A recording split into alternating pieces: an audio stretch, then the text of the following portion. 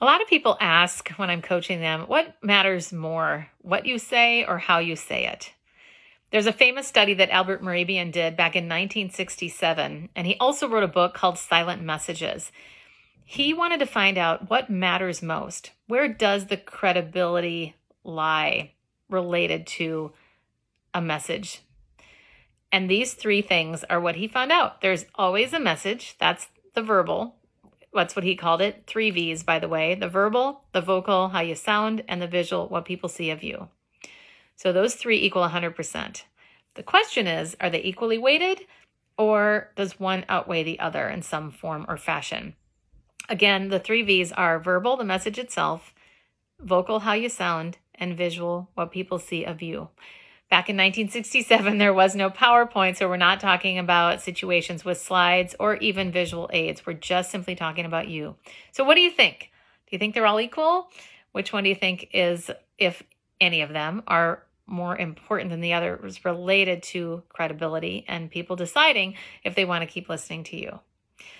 So I'm going to do a quick exercise, and I want to give full disclosure. I learned this wonderful exercise from my friends over at Decker Communications, and that is to make a peace sign. Follow along with me, by the way. So put that peace sign out in front of you. Put it up above your head. Put it to the side. Put it in front of you again. And now on your chin. On your chin.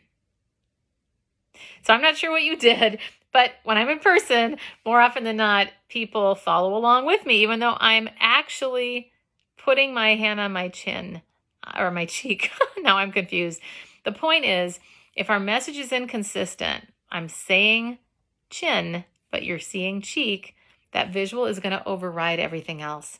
So the way the numbers stack out is 7% is verbal, what you're actually saying. 38% is vocal, how you sound, and visual, what people see, is 55%. Now, I want to tell you what this doesn't mean. It doesn't mean that only 7% of what you say matters.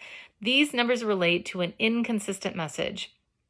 So, for example, if I'm saying, I'm so excited about giving this talk, you would go, what? Imagine even now without eye contact, I'm so excited. You go, why am I even listening to this?